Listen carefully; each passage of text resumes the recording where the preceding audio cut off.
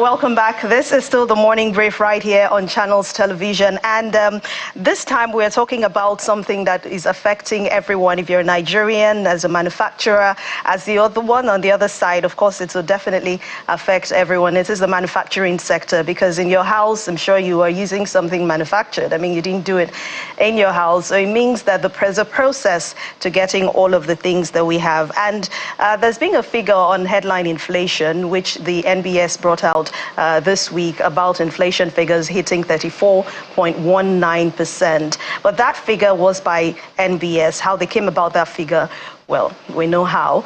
But some parties have already rejected that figure, saying no, 34.19. Even the inflation, food inflation, which was over 40% also, which the NBS said, some parties have said, no, these figures are higher. And Nasima has actually come out to say it's actually 90%. Well, some individuals have come to say it's even more than 90%. But on the program today, we have the Manufacturers Association president, who will be talking to us on the program today, Mr. Meshoye. Thank you. Otumba Francis Meshoye is the president, Manufacturers Association of Nigeria, is on the show with us today to discuss this and how it is actually affecting the manufacturing sector. Thank you so much for joining us on the morning brief. So talk to us, give us an overview of what the manufacturing sector is currently facing at the moment. How is inflation affecting the sector, so we get a sense of what is really happening, the reality actually?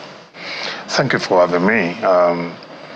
I appreciate what you have said about the inflation rate, that maybe it is at 39.65 as declared by NBS. Yeah, to us, this is a misgrade in a way. A misgrade because if you want to look at the methodology adopted by NBS, you see it is accurate. Just look at the headline inflation, what is it like?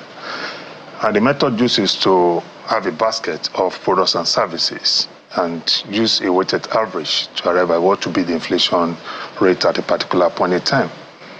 But if you go to specific, for instance, if you want to look at the food inflation, you will agree with me that this is not the same thing as that marginal. It's not marginal there. The astronomical increase in the food inflation will apparently tell you that surely it is not marginal. And two things really driven the drivers of inflation in the country. Mainly, you have food and you have energy.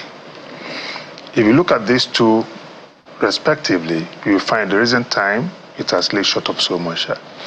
For instance, even the tuber of yam, some people cannot afford it.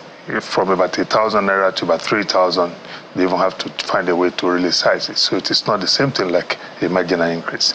If you look at the energy cost, same thing, you find that it has moved from what it used to be 65 to 225 back to 205 and back to 206, then go back to 209. If you look at the percentage of this, you find it is not marginal. 65 to 209 is about almost 4 times or whatever it is. So that is why I say it is a misgrade. And these are affected manufacturing business generally. It's really worsening the situation. Also, if you look at so many other things that has happened in the recent past, you want to look at the military policies that are really being around in the past 12 months. You want to look at the removal of the fuel subsidy. You want to look at the floating of products, which has led to the devaluation of Naira significantly. So all this really make manufacturing business unattractive and discouraging. So for most Nigerians, really, it's the controversy about the association's position, and I believe that was put out by Nasima, about inflation being really at 90% and not at that 34.1%, you know, as put out by the statistician, that's the NBS. So what Nigerians would be, I believe, would want to know is how the association arrives at this. That's if you agree with Nasima that inflation really is at 90%. Just like I said earlier, it depends on where you are viewing it from. You know, two main areas or methods in using to judge inflation is the headline and the core inflation. If you look at these two, most likely you want to agree with the NBS that, look, it is marginal. Because this one will not take into account specifically. If you take this one globally, yeah, that's fine. But if you go to specific, try to look at what are the components that really make this basket of inflation we have value. Now, we now go to look at it individually, like I mentioned, look at the food, look at the energy. You find they will not agree to marginal increase. Definitely, it is very, very much high. And so, like I said earlier, this is a misgrid to us. So then the data that the wage products and services that MBS is using currently in the basket are quite outdated. So if you want to look at that, you find that if you pick, because demand has shifted over time, people's demands have shifted. As economy emerges, as things are becoming realities, people are really moving from certain kind of products to another kind of products. So if it is reviewed and used properly, you are likely to find, you surely will find that it will not be marginal increase. So again, the methodology is fine, would give you that figure, probably. But looking at specifically to speak to the economic realities of today, it will disagree to that. It will not be real. And I think a lot of Nigerians will testify to these things. I mean, it's better felt, except that it's not better felt in this case. It bites harder. So I want us to now push this further. So for Nigerians, for example, because of the rising cost of food, instead of using tomatoes, you've heard people say they're using carrot, cucumber, or what have you to cook. That's for the average Nigerian. So I imagine what manufacturers have to do. Because so that means some have to drop quality, the quantity. Some have to just try to make trade-offs so they can still churn out products to make money, to pay salaries and to pay running costs. Recently, we saw factory workers in Ibadan protesting, one of the factories, major factories in Ibadan, they were protesting that they had not been paid, you know. So I shudder to just think of what manufacturers have to do just to get by right now. But it looks like there's a silver lining because the president inaugurated his economic council and he had major manufacturers on that. So we have the likes of Dangote, Bua, and the rest. So I don't know if for you that's cheery. We had Dangote a day before, 2 days before, literally crying out about the interest rate, saying it is too high. We can't create jobs with this. So looking at the Presidential Economic Council, seeing, will I say, your people like you on that council, do you have hope? Is your hope renewed? Thank you, Kadi. You have made the question a little bit more than one. I will attempt to really... Sorry, I packed a lot. That's okay. I will try to see how to attend to each of these as much as possible. Let me take it from Alhaji Dangote, an eminent business person all over Africa and throughout the world. I'll quote him one thing he said some years back, that if you are a manufacturer in Nigeria, you don't need to pray much to make heaven, because you have suffered enough and there will be justification for you to really go into heaven or paradise. Again, in the recent, last week, about a few days ago, when we had Manufacturer Summit, Distinguished Alhaji Dangote came there and he made a point blank that you said that, look, we can't survive and grow our economy if interest rates is at 30%. So if you look at these two, because I'm taking you from where you're coming from, if you look at these two, yes, Alhaji Dangote is on the economic team, man is there, everything is there, fine. But these two ought to change, particularly the interest rate cannot be sustained for manufacturing business at 30%. In some places, it goes higher than 30%. So you're looking something more or less 30%. If you take this one at factor this to your production cost, it has gone so much high. And the effect of this is this. One, you cannot really expand your investment. That's number one. Then number two, it means that it doesn't matter how you want to do it. You have to pass part of this to the consumer. Already, consumers are constrained in prioritizing their purchases. So the consumer is further constrained in buying your products. So what do you have? Less turnover, less demand, and higher stock. With this scenario, what will happen? As you don't sell, just like we said, the issue at Ibadan, you may have inability to meet your stakeholders' demands. Salaries, wages is difficult to be paid by some companies. Some SMI are badly affected because they cannot even achieve, they can't really produce 30% cost of finance. So this means that there will be reductions in numbers of manufacturers in Nigeria. And again, those who are really struggling to produce will have lower profit, and no one invests in business as charity. You go to NGOs who want to do that. So if you're unable to do that, eventually you will have people to remove their investment and put it in another business to yield money for them. So no wonder you find that as of 2023, about 707 more or less manufacturers ceased to operate. Now we're still counting. So it's more than that at this point? Yes. And recently, you know about the P&G and the rest and all those stuff like that. If you add it to it, yes. So if you look at all this today, you find that the manufacturing business is not encouraging and not put on the front burner to us.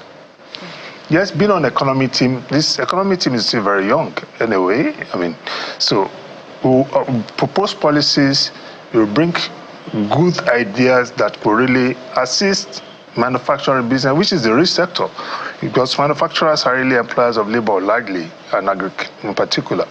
So this is very important to put on ideas. And you know, one thing about Nigeria is not about having ideas or policies, it's about implementation of the policies. So we have to find a way to see that the implementation of the policies is not is not managed at all. It's not compromised, and it is implemented as recommended to the core. This will be very important for the Economic Committee. Yes, I've had the opportunity of working with CEOs or manufacturers who are feeling the impact of all of this in Nigeria, and you get to hear their stories about the challenges they're facing from Forex to challenges in importation, infrastructure, even a whole lot, and you sometimes pity them and wonder how they are still going on manufacturing products. So how do you now come to the middle in all of this? You have talked about government policies and implementation. What are those areas you think that government will focus on helping manufacturers, at least help them somehow cushion the effect of what they are currently facing? We've seen a lot of them leaving. GSK has gone, P&G has gone, many, and the president is still inviting investors into this country. So what will make it attractive in all of this? You see, as manufacturers, when we look at so many things, it doesn't look real in a way. When you have a climate that is as volatile as this, difficult for you to project, because your projection, business is based on long-term plan and short-term plan and medium-term plan. Even your short-term plans is not predictable. So it's really not helping investment in the first instance. So trying to get FDI or whatever kind of investment to manufacturing sector is not an ambitious thing. I mean, it's not really encouraging. That's number one. So the government needs to now change and look at things in a different way. For instance, we have been of opinion that you can't have a panacea for all the economies in the world. Each economy differs on its own. Nigeria's economy should be looked on its own and look at what kind of things will make it work. The orthodox monetary policy could be fine, but maybe in some instances it has to be tweaked to ensure that it meets what will work for Nigeria.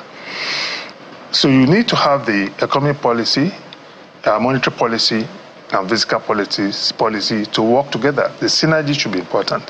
For instance, if it is necessary, let's say it is necessary to have interest rate at this MRP at this 26.25 or something percent, and therefore by interest rate will go up, then that should be a fiscal policy that will soften the effect for certain sectors so that they will not be negatively impacted. That's very important. Then security is general. And if you don't address this, it's a problem. Government is trying, but we have to do more to be sure that security is adequately addressed and people can go to farm, go to agri system, go to businesses without problem. Because by businesses having to pay for security has increased the cost. Roads, infrastructure, I know these things are important. They are very important. We have said so many things. There's many things about this several times. You want to look at the tax. The tax reform policy, fiscal and tax reform committee having submission, it will be necessary that this is implemented. Like I said, it's not about bringing to the table ideologies or policies or proposals that could work.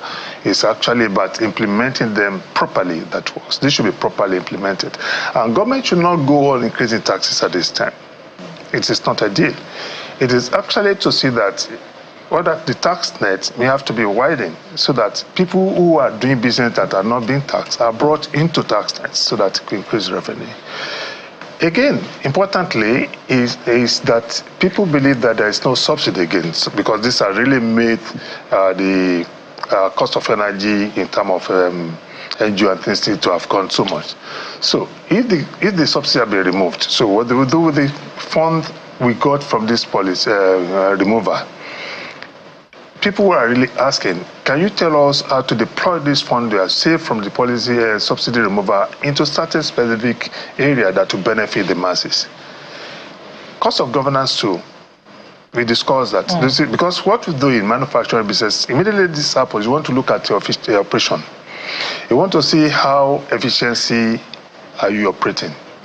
So it's important to look at the operation, the way we govern, and to see how to restructure it to ensure that efficiency is actually there, maintained. So cost of governance needs to be reduced as well. Then more importantly is the patronage of Made in Nigeria. So it's essentially it's your reservation. Your reservation is about the implementation of what you consider to be the tailor-suited economic policies for Nigeria. Yes. But if we look critically at government, it may not be without effort as far as, attempts at stabilizing the economy is concerned. We could talk about the national support, household support program. And we also read just today or yesterday that the federal government is considering a reduction of the 10 naira sugar tax for manufacturers. I wonder how far 10 naira would go for manufacturers in the light of the circumstances. And we could also talk about, the earlier policy of lifting of the ban of 43 items from accessing Forex. So when you aggregate all of these approaches, at stabilizing the economy, what is the final outcome on the impact of the operations of manufacturers? And in that mix, perhaps you also want to tell us whether or not manufacturers are finding it easy to access Forex from the CBN. We've had cause to ask this question, to put it through to the man president a few months back. And he said no, that they're getting their Forex from the Bureau de Change operators like all the others. I wonder if that has changed. So 2 in 1, all of these policies, and if manufacturers are accessing Forex from the central bank. Okay, let's talk about the Forex. There's Forex there, but it's not sufficient. And when it's not sufficient, you find that the rate is going up. So what people is being said is that, okay, there's Forex. It's not sufficient. So it's not meeting the demand of the manufacturers. We have tried to propose that, can you try to prioritize manufacturing in allocation of Forex, and you publish it so that people will know that who gets what. So it should not be that I do not get what I get. Let's publish it. That's number one. Then interest rate too should be addressed. Can you prioritize the manufacturing sector too? This is very important because if you have the capitalization of bank is good. If you capitalize, okay, there'll be much more fund. But how much of this fund goes to the manufacturing business? Because it's easier to give money to traders than to manufacturing. Then at what interest rate would this be? Beautiful, we thank federal government, okay, 75 billion for the manufacturer and system that. But again, implementation, it should come like yesterday. Because this was about how many, about 12 months ago or 11 months ago. Beautiful. But each want to assess 1 billion. What 1 billion will buy at that time is not what you purchased currently. So but is it even been implemented now? Yes, it's not. We have not gotten it. We have applied, we have done that. The process due diligence is going on beautiful. But the point is, it could have come like how many months ago? It should be like immediately it is announced, in the 1 to 3 months it's implemented, we see it, and so on. So definitely 1 billion at that time is like talking about you need about 3 billion, because at that time exchange was about 600 something, it's 1,500 plus now. So these are the things you will look into that. But now looking at what government is doing now, okay, you can give 10 naira reduction is fine, okay, it helps maybe minus 10 naira in sugar, okay. We can see how much this will really benefit each one of us. Anyway, if it is 2,000 naira, maybe it is now 2,000 naira and 90, 1,000 naira and 90, okay, fine. The two of us will know what it is, but it's nice. Anyway, you always be thankful for whatever you get. But we need to do more than this. You see, the view of manufacturers is government needs to do much more research. Okay, we have research, raw materials development agency is fine, but we need to really go to see that our research is commercially viable. Government needs to look at sectors that really will give value. If the intention of the government is, one, I want to reduce my forex, okay, I want to get more people employed, which of the sectors will help us to achieve this? So this sector should be concentrated upon. Not only looking at them, giving them money to buy business. In what environment are they going to do that? Where they could get their goods, okay? Are they still importing a lot? What can we do to reduce the importation? How do we assist them to do backward integration so that they will not, in the next 5-10 years, need to import? It can't be a quick approach. There's a quick approach you do. Then, just kind of before you come in, then more importantly, this policy, if possible, should come as a law, so to speak, so nobody comes to change it tomorrow. Okay. Otherwise, you have a somersault. So, President Tinubu could be well focused. We trust him, we believe in him. I've said that severally, because he came in, he has a vigor, he has a vision, he has a passion. Okay, he just needs to have people who share the same view, not only by agreeing, but by practice with him.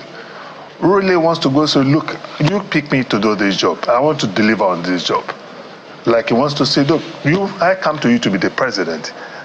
So it is my duty. So if everyone say that, look, it is my duty, then we'll be able to achieve this. So they should go down, not quick fix is fine, but they need to go down to say, what do we do in the long run to solve this, and the voter to concentrate on this. And it's I don't know, it's a downer to hear that 75 billion that was announced last year. Is it 75 or 90 billion? Yeah, there are two, 75 and 125. This micro and macro. Yeah, micro maybe they are assessing, but manufacturer for the we're talking of manufacturer. Yeah, we have applied. They're doing fine. We have applied. We are doing this, looking at it. Because you could really use those funds now. You could really use those funds now. Even the household support program, when the announcement was made, it was also said that a manufacturing stabilization fund will rejuvenate up to 250 companies and deliver lower cost long-term facilities to large, medium-scale and light manufacturers. I think the range was between 9 to 11%. So if you've not gotten the one announced last year, only God knows when you get this one. But on a final note, so I know the manufacturing sector is like subsectored into other sectors, FMCGs, for example, and others. People feel the pinch more with FMCGs because they go to market and they want to buy food, for example. They want to buy seasoning. They want to buy a sachet of this, things that are related to food. So in terms of trying to target the different subsectors within the manufacturing sector, I don't want to cause fight and say which one should be prioritized. But basically, how should the government do it such that people begin to feel it as quick as possible? There's also the withholding tax aspect, which the government said manufacturers would not be charged. Maybe that will reduce costs. But speak to us about, if we want the people to feel this as soon as possible, which do we target first? Is it FMCGs, and what should be done ASAP? Thank you, Kathy. This is a very tactical question, but I'll be frank with you. One sector alone will not solve the problem. If you go on to the food and beverages and things like that, yes, you will be seen to have been solving problems. If you're able to solve problems, and you'll be seen because I can go to the market, maybe it's a bit fair and it's cheaper. This is very important. Food, health are very important. But food alone will not take you to work. You need to ride on a car to go to work. Food will not bring you the light. It will not bring you clothes. Okay? So you need to look at this one, and government should do some of them more or less parallelly. It won't be, I'm doing this, I'm leaving this. So, because the emergency of the economy does not make it possible for you to just do one, concentrate on it, and I'm coming back to the others. By the time you come back, this will have gotten worse, and this will have no value. So you want to look about three that you can do to really rejuvenate the economy. You want to do food, you want to work much on the textiles, you want to work on the pharmacy, right? Then, like I said, I don't think we should do more of facial or cosmetic, sort of cosmetic and things kind of a thing. I think we should do much more of the real one. While you are doing your cosmetic work over there and people are getting happy, you want to look down and look at the drivers. What could make me sustain this? And we have been one of the, and I will say, re-emphasize again, injection of horn, all those tall in the forest is good on its own. That is not sufficient, because you should have, you can't give what you don't have. That's it. You must have that business to generate the export. And you must make it competitive. At our interest rate, it can be competitive. Even locally, you are not quite competitive. Regionally, you will not be competitive. And on a close mark on that note, by the time you are opening a region, because we are just doing GTI 2 days ago, which is beautiful, but if other goods are coming in at a cheaper rate, then believe you me, they will not be able to be competitive. So it is an imminent thing. It is something we have to do like yesterday. And manufacturers are willing to support the government. Yes, I like the fact he said we should look at the root cause of some of these. For example, manufacturing sectors where you need cornstarch to make drugs. Some of these people can work with local farmers. We talked about Research Institute. How can they all come together to find what we can get here so that we don't have to spend a lot of forex importing goods to help the manufacturing sector? Well, we do not have time, but I guess we'll bring you back on the program to talk about that part where we talk about the root causes and not just the cosmetic finishing on the sector. Thank you very much, Otumba Francis Meshoye, as the President, Manufacturers Association of Nigeria. Thanks a lot for your time on the Morning Brief. Thank you very much. Thanks for having me. I appreciate it. Thank you. Okay, thanks. All right, we'll definitely be back with more. We have coming up a music artist who we've called the Alpha Gen. We'll find out what that is about in just a moment. Stay with us.